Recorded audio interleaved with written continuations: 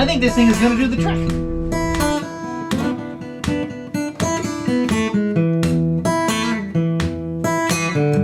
Well, hello there and welcome to Travels with Geordie. If this is your first visit, my name is Peter Knowles and I live on a pair of classic wooden motor cruisers in and around Victoria, British Columbia, along with my lovely girlfriend Andrea and the loving memory of my pup Geordie. Anyway, we're back in Victoria and, well, we spent so much time working on the foredeck. It's time to look into what's below the foredeck. There's a very small space under there, which as of yet hasn't been used at all. Oh, Frida. We're getting along a lot better these days. Okay, so, well, yes, Poem does have a forecastle. It's not obviously apparent how one gets there with the table and this plinth in here, but there is a plan for that coming. In the meantime, I'm going to move this out of the way and take you for a little tour of the tiniest space on any boat there ever was. Okay then, with the table and the plinth out, you can see it's actually quite graciously comfortable to step into the forecastle. So let's prepare yourself.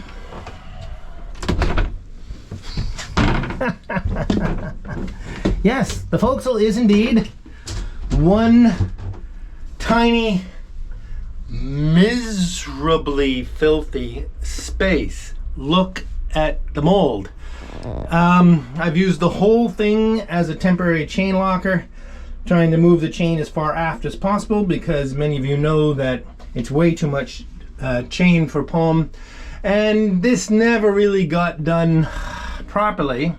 So, and you can see my caulking blowout over there, but on the whole the rest of it went pretty well, with the exception of all this mold, because this space has been pretty damp for years. So this is the next thing to tackle. Okay, so first step to tidying up down there is to get all the chain out. And, well, it's sort of tempting to just pour it all onto the bottom of the harbor and tie it off to the dock and just store it there until I need it again, but somehow that just doesn't feel nice. So I'm going to bring the boat, well, anyway, let's just see if that works out.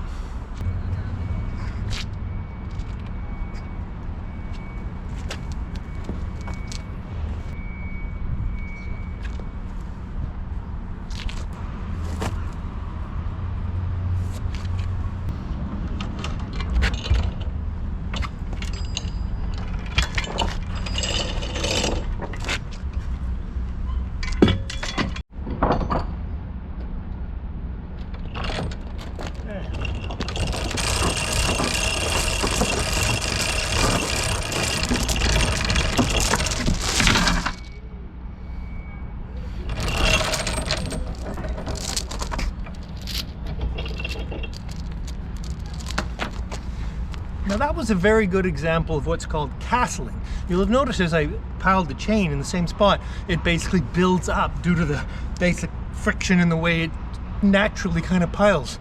And then what happens is it falls over, and then that creates a tangle. So it's actually much harder to pull the chain back up because some of it is now underneath. In fact, you can get jammed and it'll pull a knot up against the inside of the deck.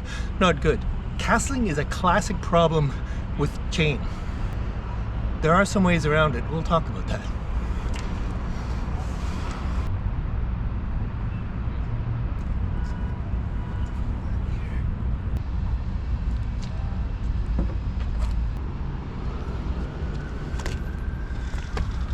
Okay, I have a lot of chain on the dock here. That's a lot of chain. Okay, so part of this chain exercise is also to see if it's the same chain that MV Zephyrus has, because MV Zephyrus only has 100 feet of chain, and if we split that into two 150s, that would be a pretty good combination for both boats. Maybe kind of 160, 140, I don't know. Anyway, so I got to get it down here, or at least the end of it, and try it in the Gypsy on Zephyrus's windlass. Now there's no way I can pick up this pile of chain, so I have to drag it, and to be fair, I loathe to drag galvanized chain on a concrete dock, but it'll be about equivalent to one anchoring on a rocky bottom shore or so. Okay.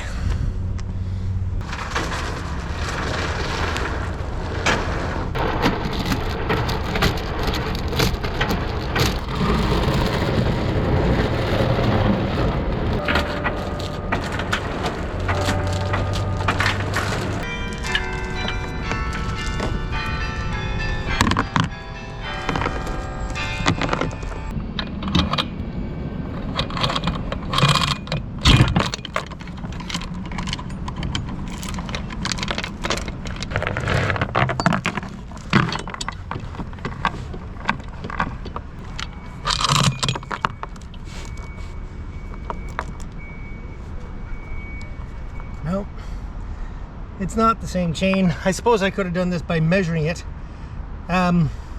Shorter links, which I guess that's triple B. Is that what that is? Anyway, not the same chain. Oh dear.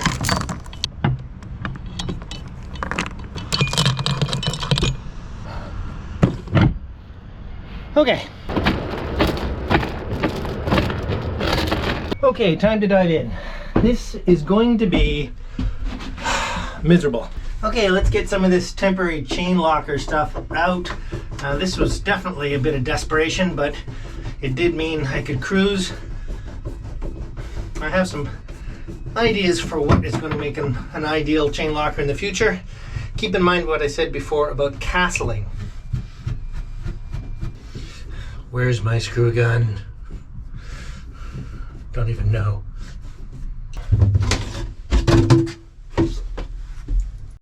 This mess down here is a good indication of how a chain locker has to deal with a lot of crud, a lot of mud and junk and other sort of matter that comes in with the chain every time. Well, you really don't want that getting down into your bilge, and for starters, just holding moisture against everything and then maybe clogging the bilge pump. So that's another thing to consider when designing a chain locker, if there's some way to trap the stuff and then easily remove it at some point. All this came in here. Maybe I anchored 6 times with this boat. Now, of course, one way to reduce the amount of junk that comes in on the anchor is to have a washdown system on the anchor as it comes up. Pretty elegant, and I don't know if Poem quite justifies that, but I think I'll do that on Geordie.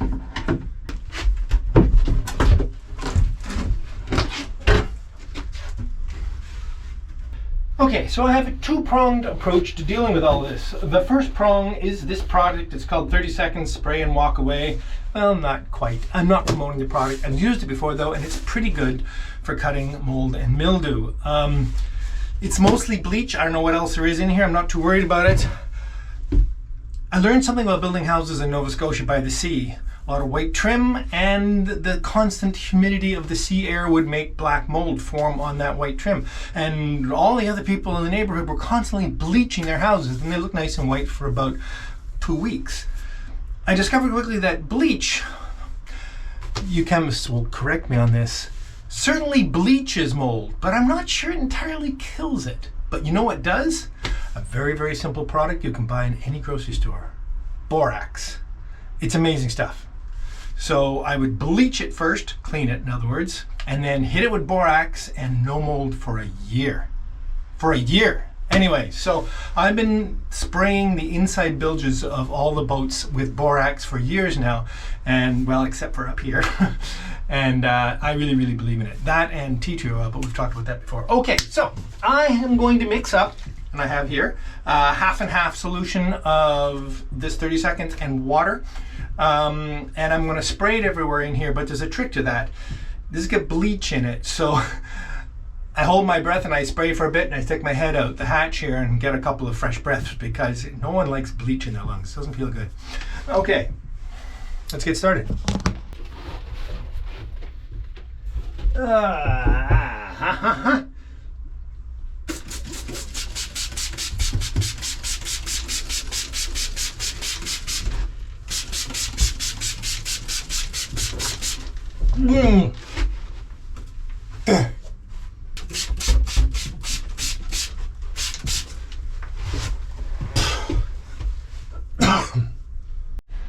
Okay, that wasn't ideal. Some of you were probably already suspecting that. Even as I stuck my head out the hatch, the fumes all like, no good. So my good friend Brian came by, set me up with a respirator. Not a respirator, but a proper cartridge, organic cartridge. It's missing the front strap, but that's okay. I can hold it on because this was a one-handed job. Let's see if I can smell bleach.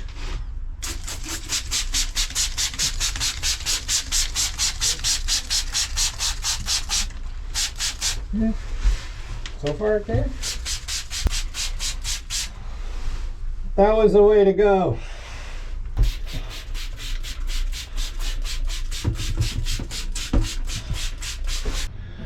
Okay, now sprayed down, getting nice and soft and ready to come off. Now, did you think I was going to wipe this down or scrub it down or hose it down maybe? Well, no.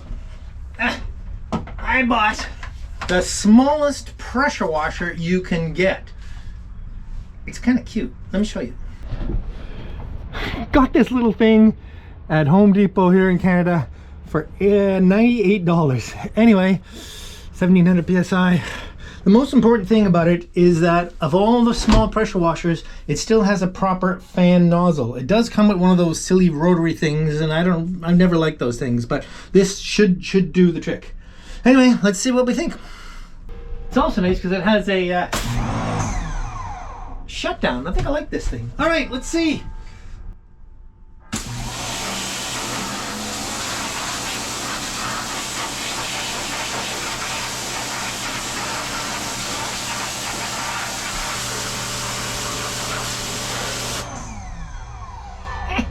I think this thing is going to do the trick.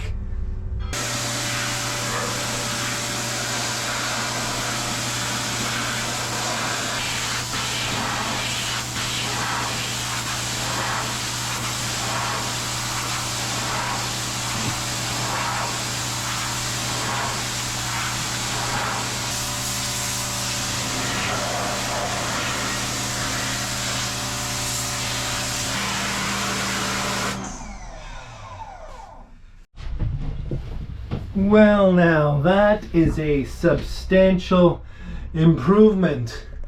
Not perfect by any means, but we're done with the mold.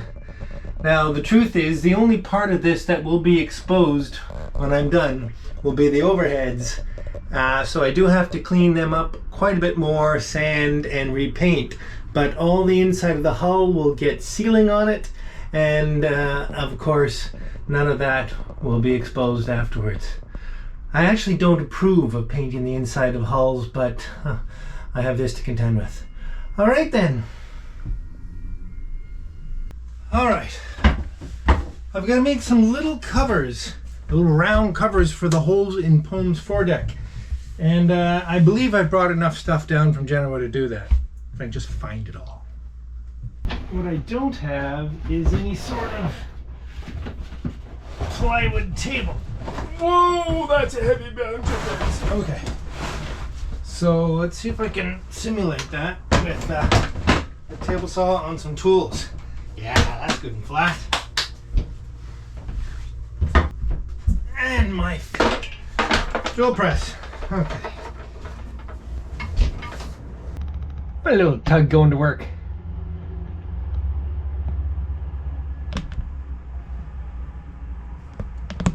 It's kind of fun being down in the more working end of the harbor.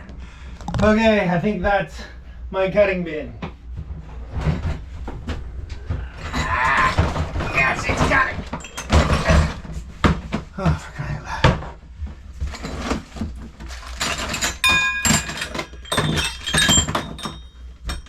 Oh, good big one. This is the only measuring tape I can find. 4.5.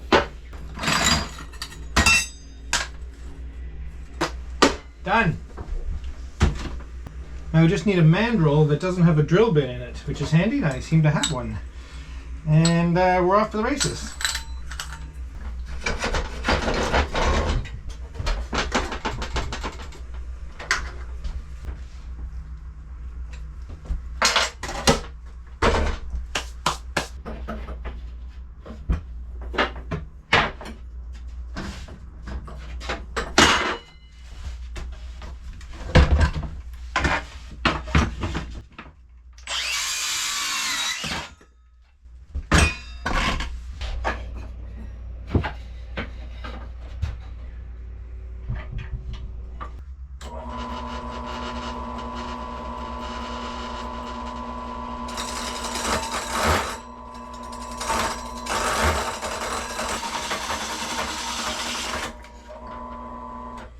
I have no idea why that was so out of balance and miserable, but it was. Nothing like sanding to fix that up. Okay, 1.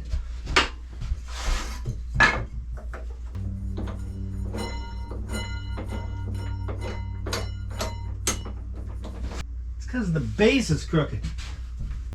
Oh, God. I don't even know. Whatever. Let's just see what we can do here.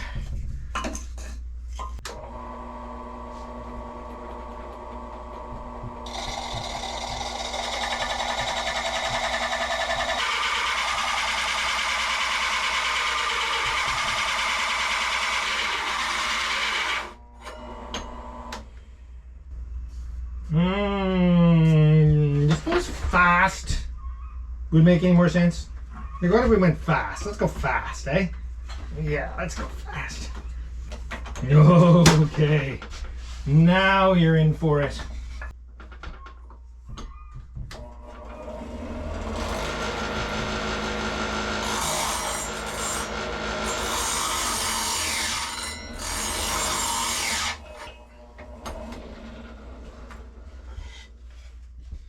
Barely made a divot in this.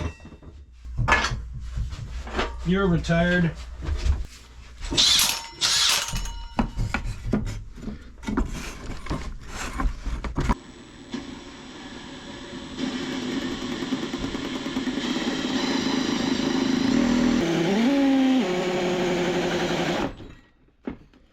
That looks like it went through. Excellent. There we go. Something has gone awry with the transmission on this drill, which is very annoying because it's almost brand new. Anyway, I don't know. Whew, that's hot.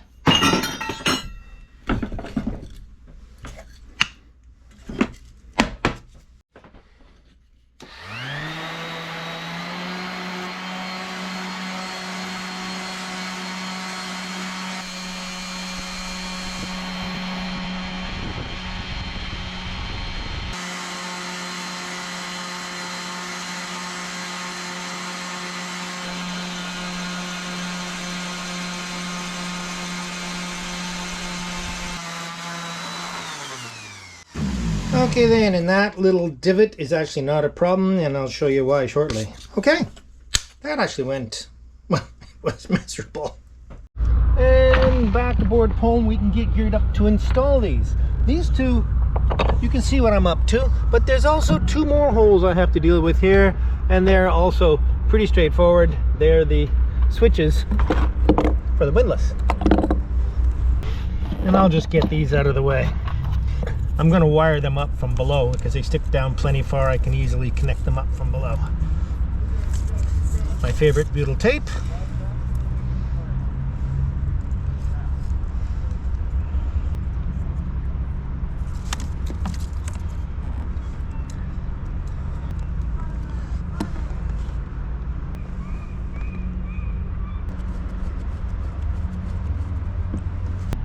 Alright, so there's nothing magical here. I'm not going to use any fasteners. I'm just going to bond it down with a sealant.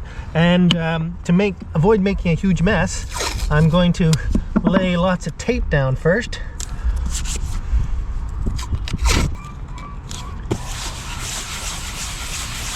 And give myself a little indication of where the hole is. And then place the disc. Let's keep the grain alignment the same, just for fun, shall we? Right over the hole. And then cut the tape, basically just shy of the hole. Let's give myself a little bit of a gap before the plug.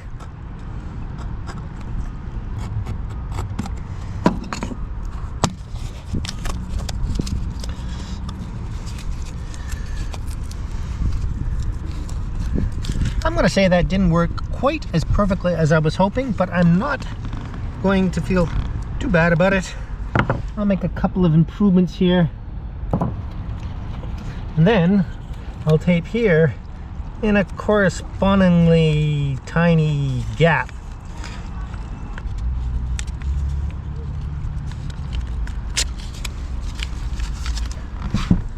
Lay on some of my favorite glue. Don't need too much.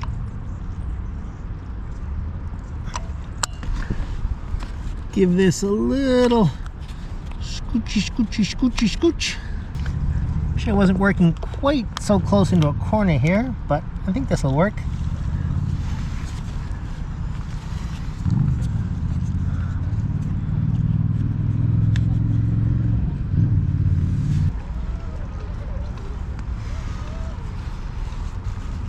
And pull the tape.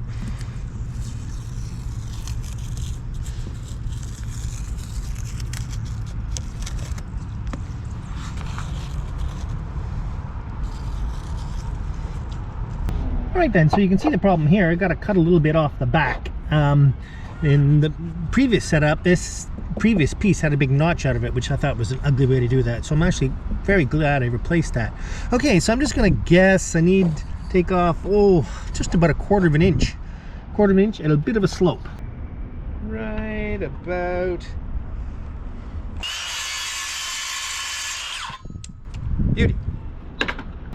In this case, of course, I have the grain in the wrong direction, but I needed to do it to tidy up that little notch. Okay, that'll work just fine.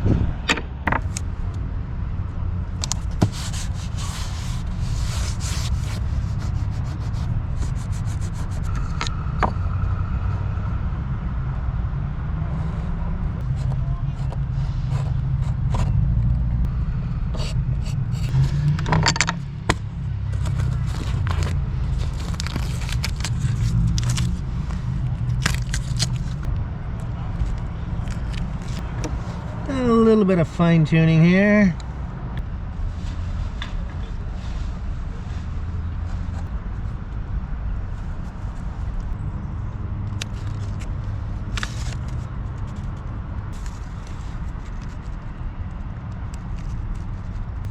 Okay, that should do pretty much what I want to do.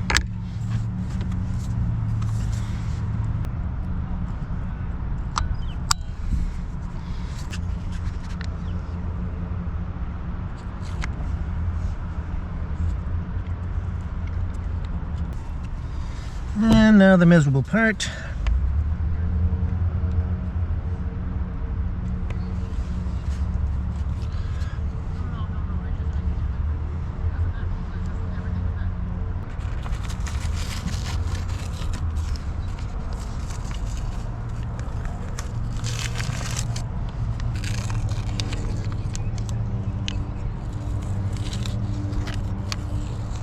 Whoa, that one turned out perfect. Very, very nice indeed. Very nice. And of course, no mahogany is left unoiled. As the deck is also oiled, this is a very easy solution.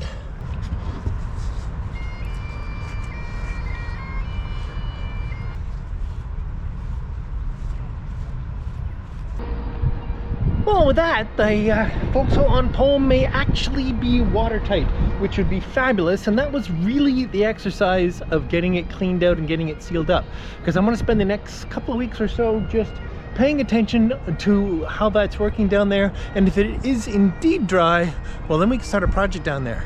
Well, hello there, and welcome to the Travels with Geordie Beer of the Week, coming to you this week from the cozy wheelhouse of MV Pome in downtown Victoria, British Columbia.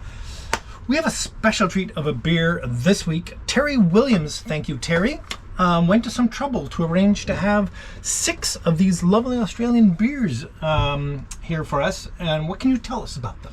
So this is Cooper's Sparkling. It's family brewed and bottle fermented, and it's Australian made and owned. Excellent. I'm really looking forward to it. Thanks again, Terry. Sorry, I just got some sediment on the bottom. I think what you're supposed to do is leave it there. Oh, I thought you had to. Okay, I don't know. Well, we have 6. If we destroy this one, we'll try another one. All right, why don't you Perfect. pour and see how this goes. I've never given you that to open again. It's No. This was a gift from my good friend Mike here in town. Thank you, Mike.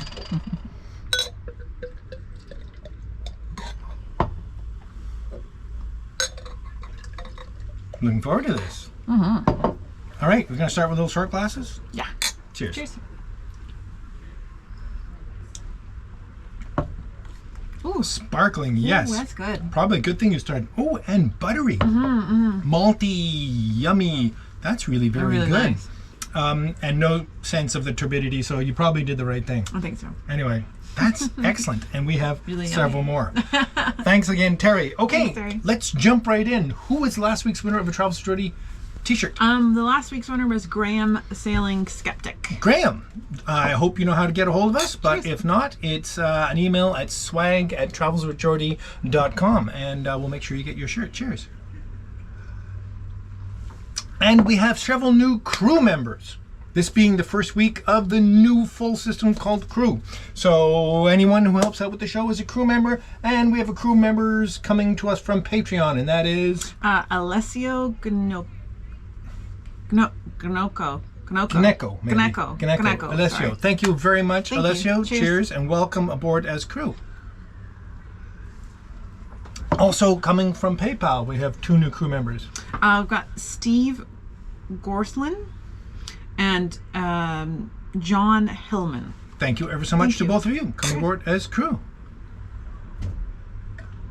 Now, again, speaking of crew, this will be the first week that the first batch of invitations went out yesterday. So today is the first batch of people who have accepted their invitation to be VIP members for week early and ad-free access coming from PayPal. Yeah. So we're going to add more and more in, including past Patreon supporters and engine supporters and everything else we can think of. Anyway, more on that later. Congratulations to the ever-expanding crew. All these good folks need now is... Word of the week. Is... Folksole. Folksole. Well, there's been so much folksole discussion in this, and I'm sure you all have a folksole story amongst yourselves that you'd love to share with us. Cheers. See you next week.